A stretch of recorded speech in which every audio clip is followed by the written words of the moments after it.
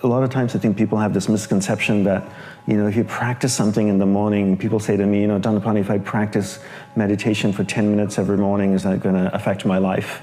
Yes, but what are you doing the remaining 23 hours and 50 minutes? If you're doing things that counteract what you're doing in the morning, then it doesn't help. If you exercise for 10 minutes in the morning and the rest of the day you're eating, fish and chips and drinking beer and pizza, laying on the couch, it's not going to help. So the people I work with have kind of changed over the years.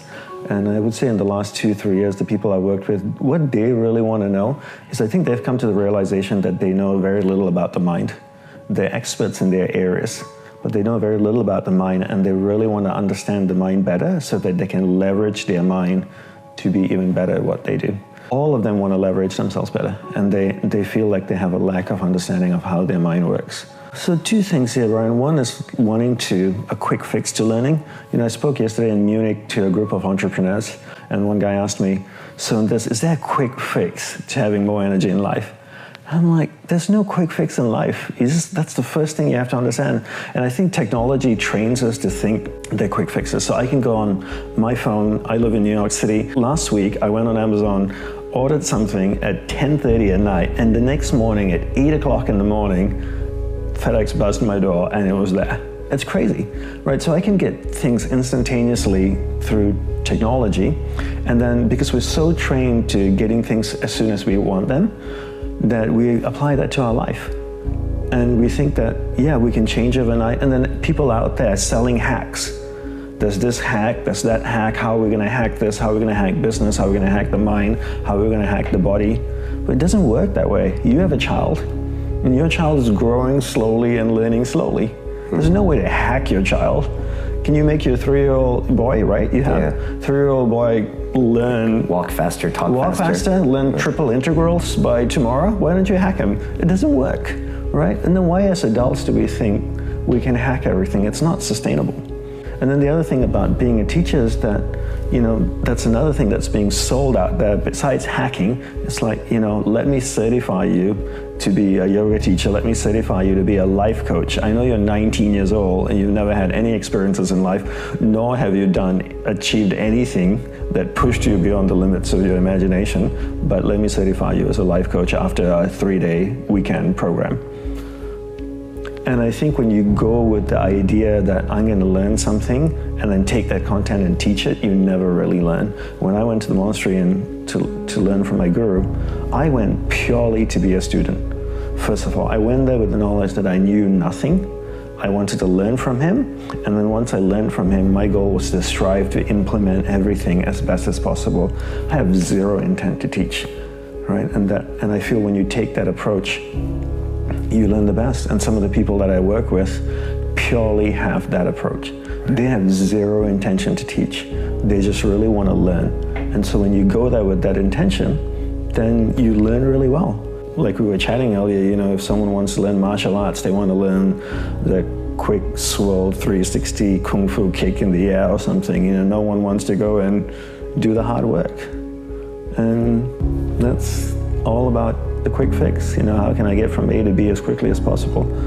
And it's not only about training the body, it's about training the mind too, right? The mind needs to adjust, and the mind is like a muscle. It needs to reshape itself to be able to take on a new way of thinking and a new way of behaving, and progressively hold that new shape. And that only comes through repetition and patience and slow, hard work of doing the same thing over and over again. And I think so many teachers out there are selling quick fixes, and because they have never been trained themselves properly, so they've got a quick fix learning to get from A to B, so then they go and teach a quick way to get from A to B.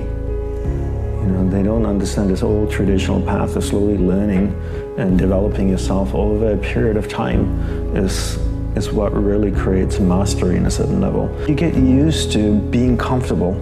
And that's the problem, right? You stay in an apartment for long enough, you stay in a city for long enough, you're comfortable, you know where to go buy your milk, your bread, your surroundings, you get comfortable, you get used to it.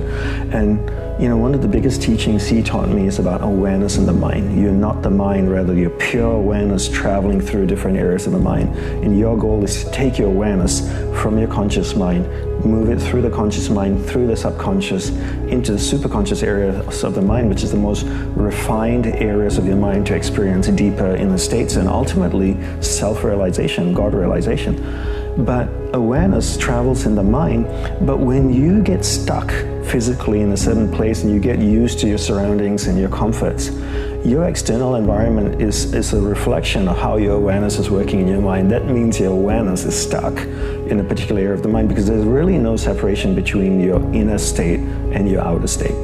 And what he was teaching me is that by moving me around, making sure I never got comfortable long enough one place to stay attached, he was teaching me that to not allow my awareness to get stuck in a particular area of mind and in a particular area of the mind and stay in a rut, and that I could actually break my awareness free from a particular area of the mind, really grab hold of it and take it deep within myself and experience deeper states of mind. And right, I mean, if you go on most people's timelines, a lot of people's timeline, it's amazing. You can scroll through and it's just there's 1,000 posts and there's 999 pictures of themselves, selfies.